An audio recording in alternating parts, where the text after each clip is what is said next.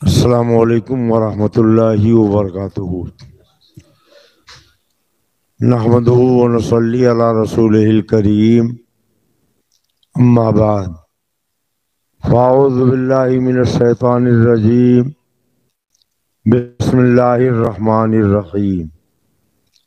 वमा आताकुमुर रसूलु फ़ख़ुज़ूहु वमा नहाकुम अन्हु फ़न्तहू। सदक़ल्लाहुल अलिय्युल अज़ीम व सदक़ रसूलुहुन नबियुल अमीनुल करीम व नहनु अला ज़ालिका लमिनश शाहिदीन व शाकिरीन वल्हम्दुलिल्लाहि रब्बिल आलमीन। हमें करनी है शाहन साहेब बता की रजा जोई, वो अपने हो गए तो रहमते परवरदिगार अपनी। दुरूद पाक पढ़ने अल्लाहुम्मा सल्ली अला सय्यदना व नबीना मौलाना मुहम्मद मादिल जूदी वल करम व अला आलिहि व बारिक वसल्लिम सलातुम व सलामन अलैका या रसूलुल्लाह। हज़रात, आज रमज़ानुल मुबारक की 29 तारीख, ईद की तैयारियां आपको करनी है और भी बहुत से सफाई और घर के ज़रूरी काम आपके ज़िम्मे हैं। मगर मैं आपका बहुत बहुत शुक्रिया अदा करता हूं कि आपने अपना कीमती वक्त निकाला और यहाँ तशरीफ़ लाए। अल्लाह रब्बुल इज़्ज़त अपने प्यारे हबीब के सदक़े में आपको जज़ाए खैर अता फरमाए। बहुत से मसाजिद के इम्मा उलमा यहाँ तशरीफ़ फरमा है और वक्त कम है। हमारे मुअज़्ज़ज़ मेहमान काज़ी शरा फैज़ाबाद व इमाम शहर फैज़ाबाद बहुत मसरूफ़ हैं। इन्हें प्रशासन के साथ एक अहम मीटिंग ईदी के ताल्लुक़ से आज फैज़ाबाद में करनी है। ये इनकी मोहब्बत है कि हमारी दावत को इन्होंने ठुकराया नहीं और तशरीफ़ ले आए।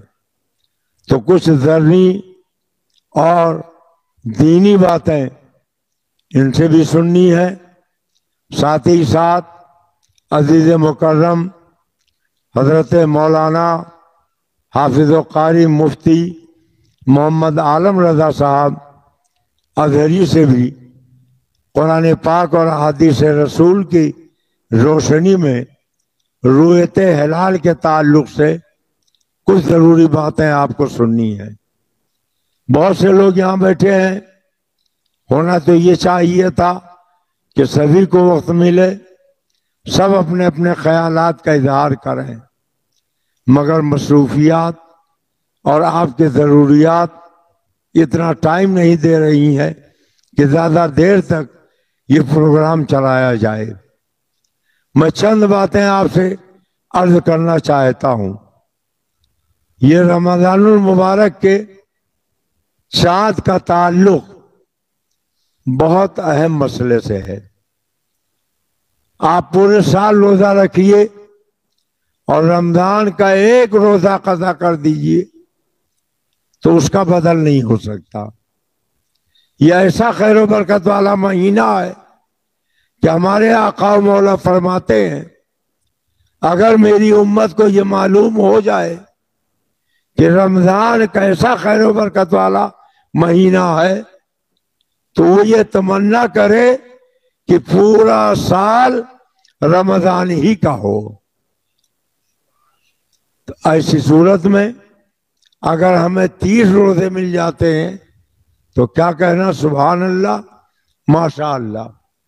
मगर होता ये है कि रमज़ान के चाँद के ताल्लुक से कभी कोई झगड़ा नहीं होता, लेकिन ईद के चाँद के ताल्लुक से गांव गांव में, घर घर में, दुकान दुकान पर, करिया करिया में, बस्ती बस्ती में आप जिधर नजर उठाए उधर इख्तलाफ और झगड़ा ही झगड़ा नजर आता है। तकरीब फहम के लिए मैं आपको बताऊं, इमाम साहब, किसका नाम लूं समझ लीजिए, मौलाना जाहिर साहब अपने हुजरे में बैठे हैं रमजानुल मुबारक की 29 तारीख है। एक साहब आए, उन्होंने दरवाजा पीटा, इमाम साहब, इमाम साहब, इमाम साहब। इन्होंने पूछा बताइए खैरियत तो है?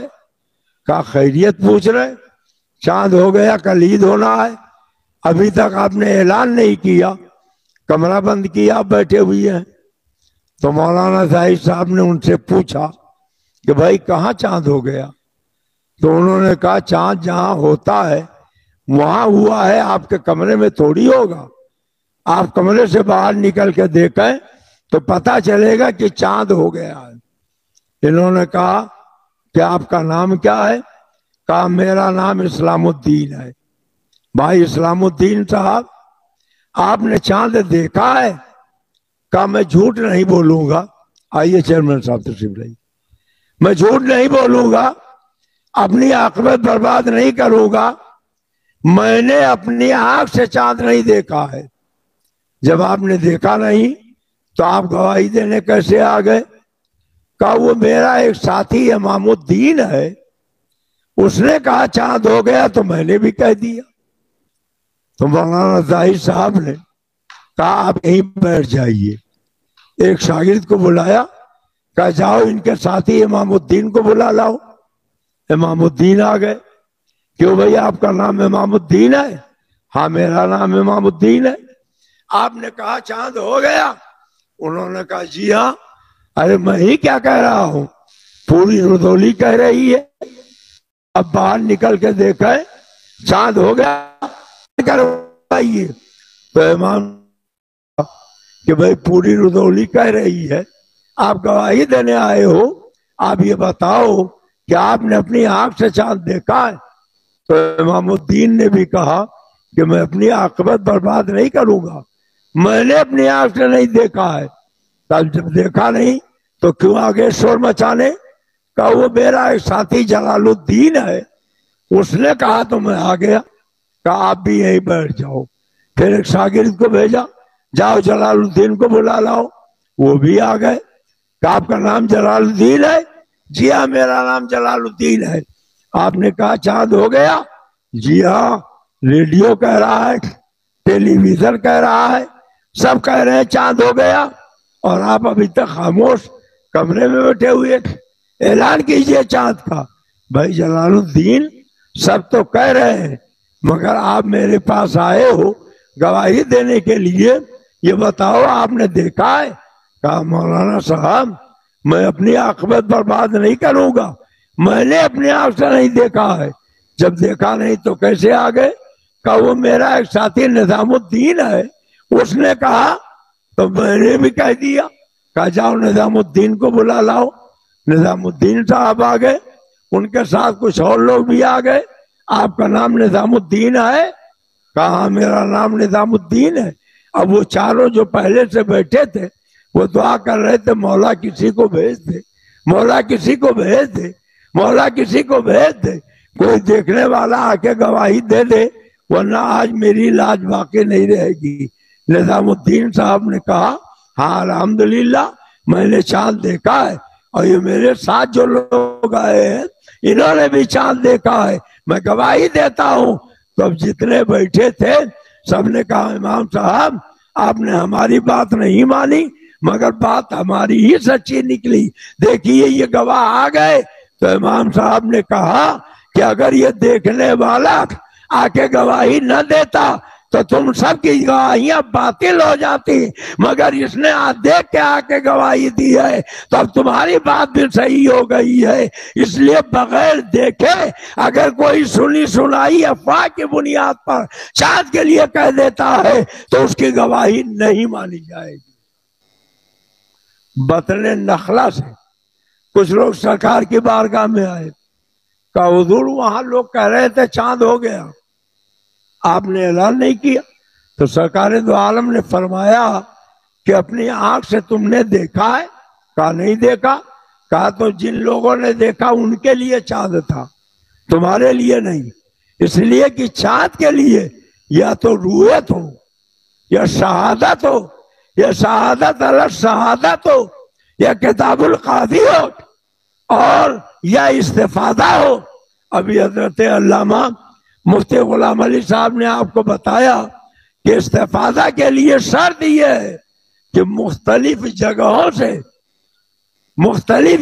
से वक्त दर वक्त लोग आए और आके गवाही दे। हमारे बाराबंकी में चांद का ऐलान हो गया, हमारे सुल्तानपुर में चांद का ऐलान हो गया। एक गिरोह आया, उसने कहा फैजाबाद में चांद का ऐलान हो गया।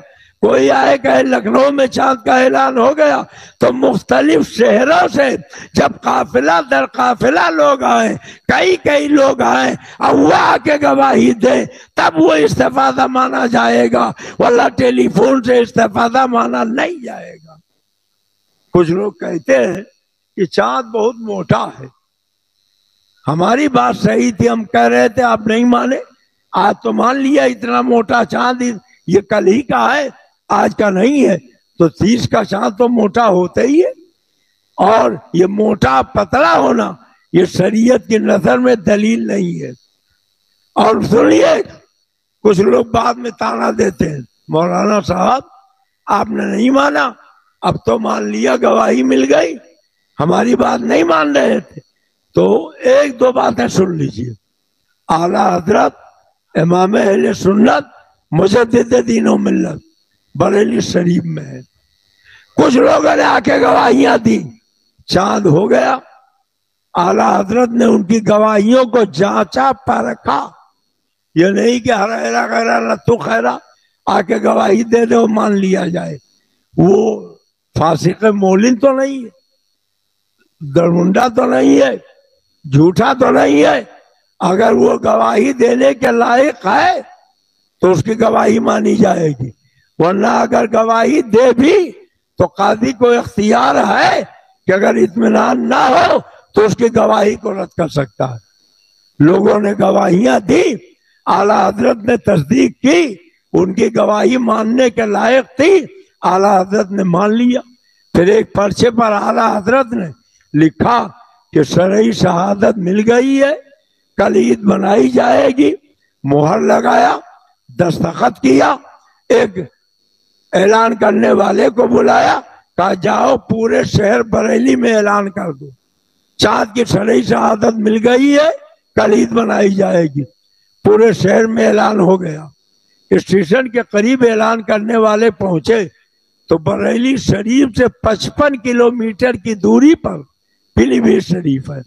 वहां के कुछ लोग मिल गए, उन्होंने कहा कि यह आला हजरत की तहरीर, आला हजरत की मोहर, आला हजरत का दस्तखत, और आपने पूरे शहर में ऐलान किया, अभी आप हमको दे दीजिए, हम ले जाके अपने पीलीभीत में ऐलान कर देंगे। वो लेकर चले गए, लोगों को दिखाया तो कुछ लोगों ने आला हजरत के दस्तखत देखे, मुहर देखी, तहरीर देखी, उन्होंने रोजा तोड़ दिया और ईद कर ली। कुछ लोगों ने नहीं किया, तो जिन्होंने कर लिया था अब उन्होंने आला हजरत से फतवा पूछा। किससे फतवा पूछा? जो ईद कर चुके थे, कि आपके दस्तखत थे, आपकी मुहर थी, आपका ऐलान था, हमने उसको देख के ईद की है, मगर कुछ लोग नहीं माने, नहीं किया, बताइए शरन क्या हुक्म है? तो आला हजरत ने फरमाया कि जिन्होंने नहीं माना उन्होंने वही काम किया जो शरीयत ने उनके ऊपर लाजिम किया था, और जिन लोगों ने उस पर्चे को देखकर रोजा तोड़ दिया है और नमाज पढ़ ली है, वो एक एक रोजे की कज़ा रखे, इसलिए कि वो ऐलान बरेली के लिए था और पीलीभीत के लिए शरई शहादत होना चाहिए, किताबुल काजी होना चाहिए, शहादत अला शहादत होना चाहिए। न रुयत हुई, न शहादत अला शहादत हुई, न किताबुल काजी अला काजी हुई, इसलिए वो आपके लिए बातिल है। और आप लोगों ने अगर रोजा रखा है तो मैंने जो तोड़ा था वो शहादत की बुनियाद पर तोड़ा था, आपने खबर की बुनियाद पर तोड़ा है, इसलिए आप लोग एक एक रोजे की कदर। ये शरीयत है, तबीयत नहीं है। और सुन लीजिए, मुफ्ती मजहरुल्लाह साहब दिल्ली के मुफ्ती आजम, फतेहपुरी मस्जिद के इमाम, उनके यहाँ लोगों ने गवाहियां दी, उन्होंने भी दस्तखत किया, मोहर लगाई और पूरे दिल्ली में ऐलान कर दिया कि चांद हो गया, कल ईद मनाई जाएगी। कुछ लोग मथुरा जो 50-60 किलोमीटर की दूरी पर है, वहां के डेली पैसेंजरी करने वाले थे, उन्होंने सुना तो जाके मथुरा में बताया कि दिल्ली में चांद की शहादत मिल गई, वहां कल ईद मनाई जा रही है, आप लोग भी मनाइए। एक नहीं कई लोगों ने जाके कहा। वहां के जो इमाम साहब थे उन्होंने कहा वहां शरई शहादत मिली है, तब उन्होंने किया है, और यहाँ ये खाली खबर है और खबर की बुनियाद पर हम नहीं ईद पढ़ा सकते, हम नहीं रोजा तोड़ सकते। उन्होंने न तो रोजा तोड़ा और न नमाज ईद पढ़ाई। तो जिन लोगों ने तोड़ दिया था, मुफ्ती मजहरुल्लाह साहब के पास दिल्ली वो इस्तिफ्ता लेके पहुंचे थे, आपका ऐलान था, पूरे दिल्ली ने ईद मना ली और आपके ऐलान पर हम लोगों ने मथुरा में भी बना लिया, मगर कुछ लोग लकीर के फकीर बने रहे, उन्होंने नहीं बनाया। उनके बारे में बताइए शरीयत का क्या हुक्म है।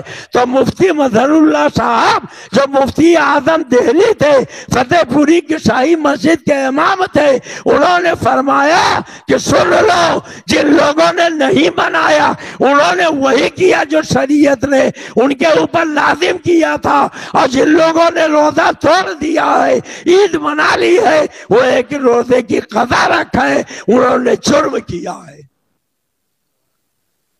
फरंगी महल के मुफ्ती अब्दुल कादिर साहब फरंगी महली, ऐसा ही मसला खैराबाद का हुआ। खैराबाद सीतापुर के करीब है, लखनऊ से 60-70 किलोमीटर की दूरी पर। लोगों ने, डेली पैसेंजरी वालों ने जाके बताया कि मुफ्ती अब्दुल कादिर साहब फरंगी महली ने ऐलान कर दिया और लखनऊ में ईद हो रही, आप लोग भी कीजिए। कुछ लोगों ने कर लिया, कुछ ने नहीं किया। तो जिन्होंने नहीं किया उनके बारे में जिन्होंने किया था, मुफ्ती साहब से फतवा पूछा तो उन्होंने भी यही बताया कि हमारे यहाँ शरई शहादत मिली थी, तब हमने कर लिया था, और तुम लोगों ने खबर की बुनियाद पर किया है, हमने शहादत की बुनियाद पर किया था। हमारा करना जायज था, तुम्हारा करना नाजायज है, इसलिए तुम लोग एक एक रोजे की कदा रखो। मसला आपके समझ में आया कि नहीं आया? आज से 48 साल पहले जब मैं यहाँ आया था तो इत्तेफाक से जाड़ों के दिन थे, और डेली पैसेंजरी लखनऊ से करने वाले जब आते तो इसे नवाब बाजार में, बूढ़े लोग जानते होंगे, लोग खड़े रहते थे, खड़खड़ा आता था नवाब बाजार तक। जब उतरने लगते तो पूछते ये बताओ लखनऊ में ईद हो रही कि नहीं हो रही? वो कहते हाँ ईद हो रही। तो रुदौली में भी ऐलान हो जाता कि लखनऊ में ईद हो रही, आप लोग ईद कीजिए। मैंने तकरीरें की, लोगों को सही मसला बताया कि ये जो खबर दे रहे हैं इसका शरीयत में कोई एतबार नहीं, इसलिए आप इनकी खबर पे रोजा नहीं तोड़ सकते, ईद नहीं कर सकते। आप आदमी भेज के गवाहियां मंगवाइए। तब जो लोग दिन के ठेकेदार यहाँ बने थे, आपके रोजे बर्बाद कर रहे थे, आपसे जबरदस्ती ईद करवा रहे थे, उनके भी समझ में आया, उन्होंने 2 आदमी भेजना शुरू कर दिया। वो 2 आदमी फरंगी महल जाते थे, वहां से गवाही लेते थे, तहरीर लेते थे किताबुल कादी, और वहीं से टेलीग्राम या फोन कर देते और यहाँ बता देते कि हाँ शहादत मिल गई, मैं आ रहा हूँ। यहाँ ऐलान हो जाता था कि शहादत मिल गई, आ रही है, आप लोग तैयारी कीजिए, कल ईद होगी और आज रोजा अब नहीं रखा जाएगा। लोगों ने तोड़ दिया। मैंने कहा सुन लो, ये भी गलत है। मान लीजिए जो लोग गवाही लेके आ रहे हैं, मौत का कोई वक्त मुतय्यन नहीं, राही में उन्हें मौत आ जाए, वो आप तक शहादत ना पहुंचे, और अभी जब आप तक पहुंची ही नहीं तो आपने उसका ऐलान कैसे कर दिया? जब तक वो लेके आ ना जाए जब तक आप लोग गवाही ना मानिएगा। अभी कुछ दिनों पहले तक दरगाह शरीफ वाले भी और ईदगाह कमेटी वाले भी अब एक गाड़ी भेजने लगे वहां फरंगी महल। तो मैंने 12 सवाल किया कि अगर वो डेली पैसेंजरी वालों से पूछकर ईद मनाना जायज था, रोजा तोड़ना जायज था, तो फिर बिला वजह आपने 2 आदमियों को भेजना क्यों शुरू किया? और अगर 2 आदमियों ने वहां से खबर दे दी, आपने रोजा तोड़वा दिया, तरावी नहीं पढ़ने दी, ईद का ऐलान कर दिया, अगर वो सही था तो अब गवाहियां क्यों मंगवा रहे हैं?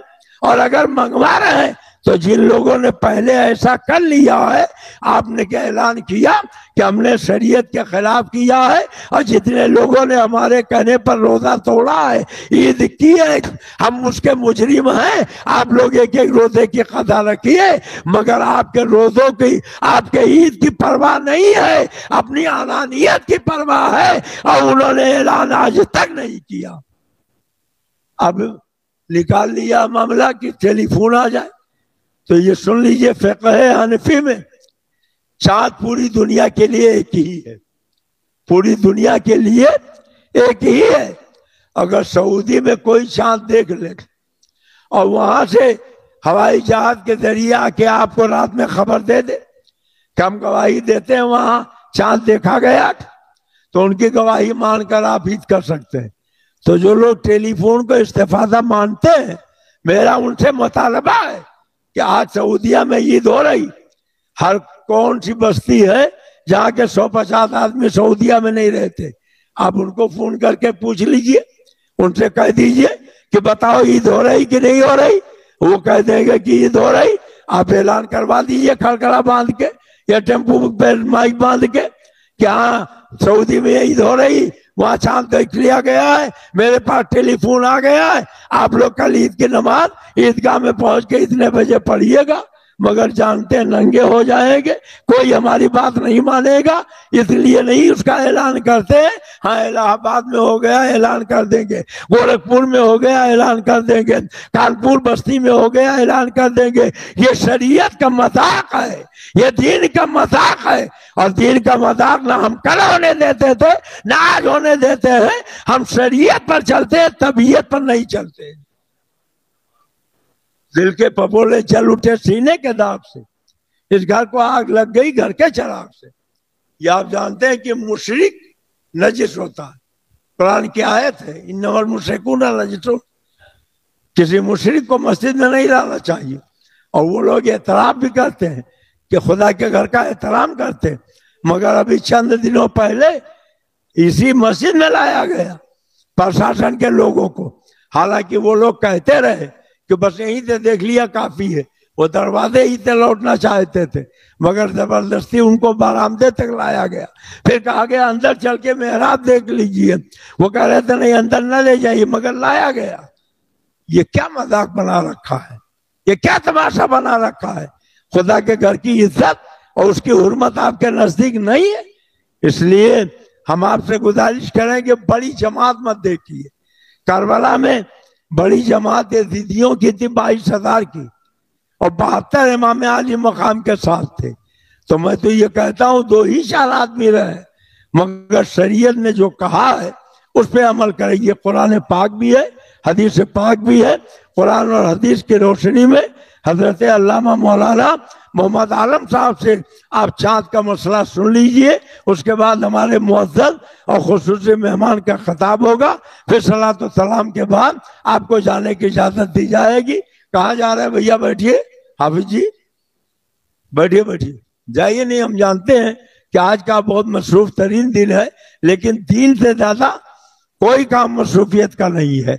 आप दीन के लिए आए हैं, आप इसको समाप्त कीजिए। मैं अजीज़ मौलाना मोहम्मद आलम साहब से गुजारिश करूंगा कि वो आए, हिंदुस्तान से लेकर जामिया अज़हर मिस्र तक इन्होंने पढ़ा है। आलिम का हक है कि वो मसला बयान करे,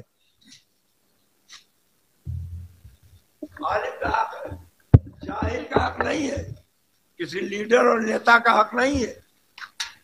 जो आलिम बयान करे उस मसले को सुनिए, कुरान के रोशनी में, हदीस के रोशनी में। अगर कोई आपको गुमराह करे तो आप ये बताइएगा हम कुरान सुन के आए हैं, हम हदीस पाक सुन के आए हैं। इसलिए कुरान की रोशनी में और हदीस की रोशनी में आप हमें समझा दीजिए, हम आपकी बात मान लेंगे। कुरान पाक भी रख दीजिए, ये हदीसें भी रख